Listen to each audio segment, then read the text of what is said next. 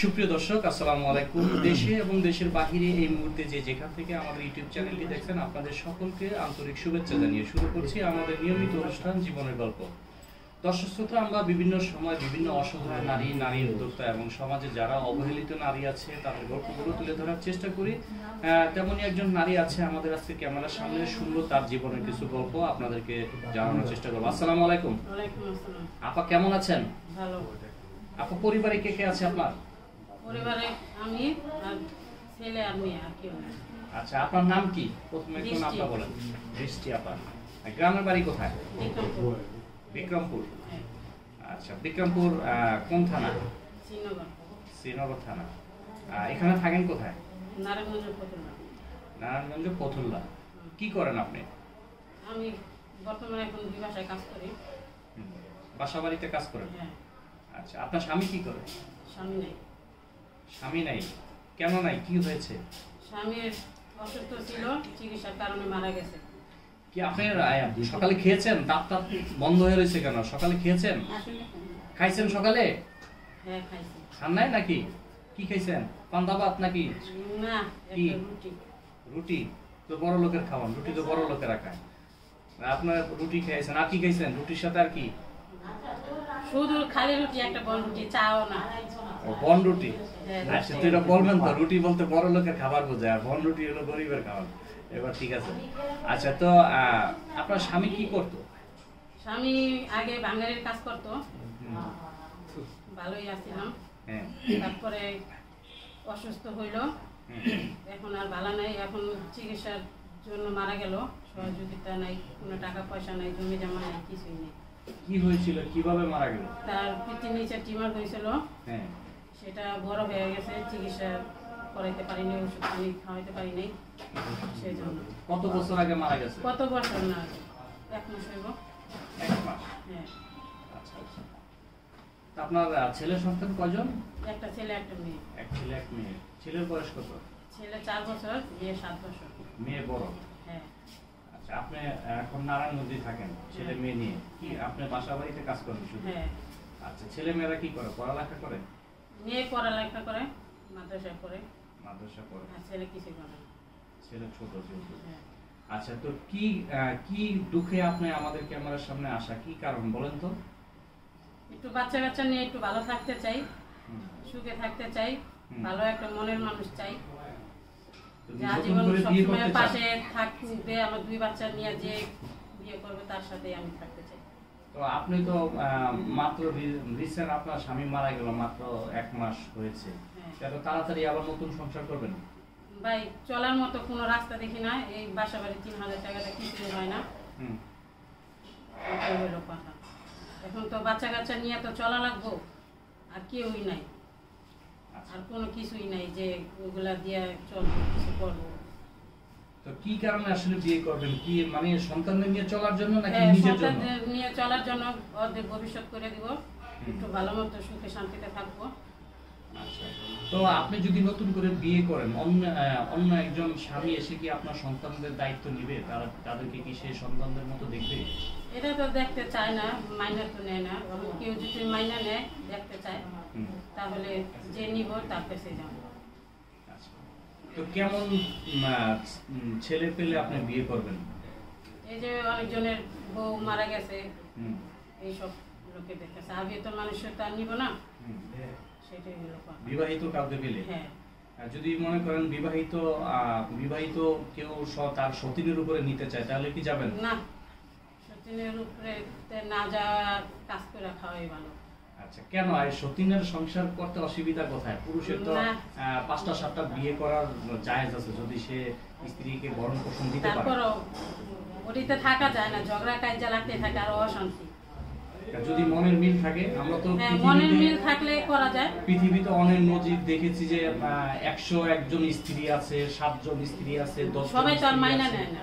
হ্যাঁ, তো তাদের মতো হতে পারেন না আপনারা? আমরা তো দেখি যে বেশিরভাগ নিম্ন শ্রেণীর মানুষ যারা আছে, তারাই হলো মূলত সতীনের সংসার করতে চায় না। বিত্তশালীদের তো অনেক আছে, 4 জন 5 জন বউ আছে, তারা রাখে। তা আপনাদের অসুবিধা কোথায়? না, হ্যাঁ, অসুবিধা না।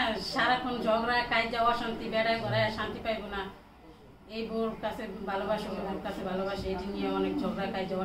সবাই যদি ভালোবাসা দিয়ে সুখী করে তাহলে তো সেই লোকটা এমনিতেই সুখী হয়ে যায়, তাহলে তার অশান্তি থাকে না। তারপর ওই 203 থাকলে বেশিরভাগ শান্তি হয় না, অশান্তি থাকে। আচ্ছা ধরে নেন যদি আপনার সতীনের উপরে আপনার বিয়ে হলো তখন কি করবেন? মিলেমিশে থাকার চেষ্টা করবেন নাকি না চুলাচুলি করবেন? ও ভালোবাসা দিব আপনার অনেক বেশি বেশি। স্বামীর যে ভালোবাসা বেশি দিব তার কাছে তো স্বামী থাকবে। আচ্ছা তা আপনি দিতে পারবেন না? আপনার নাই? হ্যাঁ আছে, দিতে পারবো না কেন, অবশ্যই পারবো। তাহলে ভয় পাচ্ছেন কেন আপনি? যে বাচ্চা কাচ্চা নিয়ে যদি মাইনা না নেয়, বাচ্চা কাচ্চা ছাড়া থাকলেও তারপরে একটা চিন্তা ভাবনা করা যায়।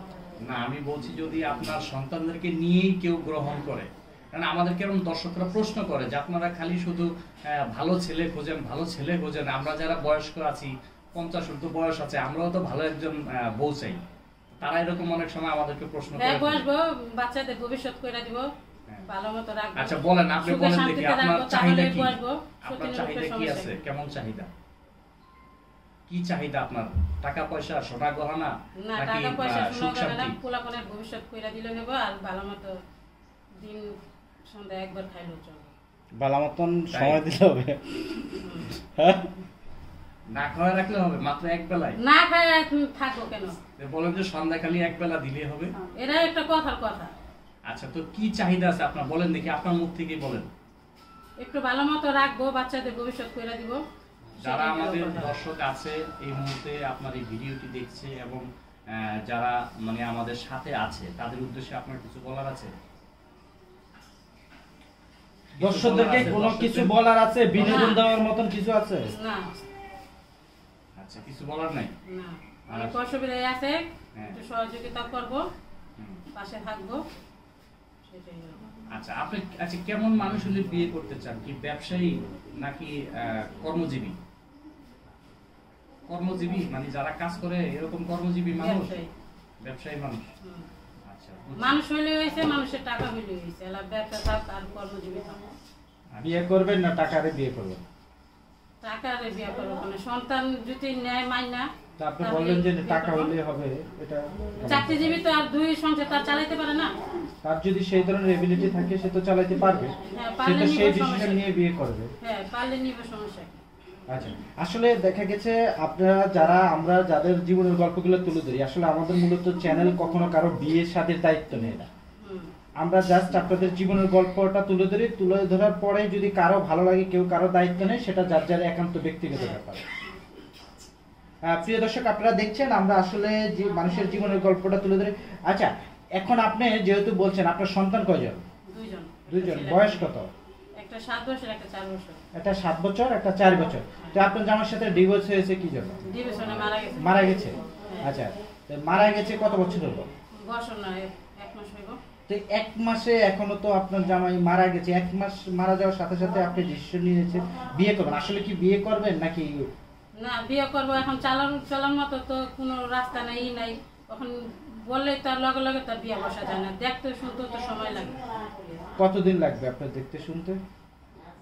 আমার কত মানুষে দেখবো, শুনবো, যাচাই বাছাই করবো, তারপর বিয়ে তো আর মুখের কথা না বললেই তো আর হয় না।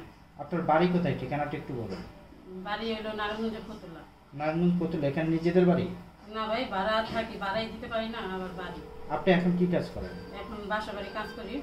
তো বাসা বাড়ির কাজ করে কয় টাকা বেতন পান? চলছে না? 3000 টাকা বেতন পাই, এই তো বাসা ভাড়া দিতে দিতে শেষ, অনেক কি সমস্যা, তার জন্য এত তাড়াতাড়ি আসা হয়েছে। মানে আপনার সমস্যার কারণে? তো আপনার পরিবারে কেউ নেই? না কেউ নেই।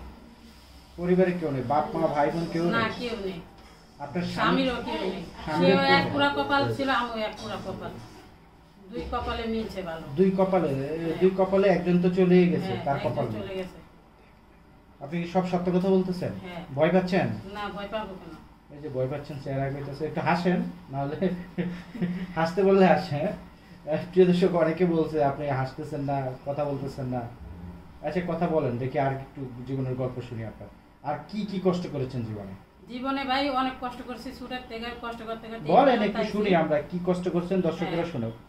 কোনোদিন ভালো মতো ফিন্দন পাই নাই, খাওয়ান পাই নাই, ভালো একটা শখের জিনিস পাই নাই, বাচ্চা কাচ্চারও দিতে পারি নাই।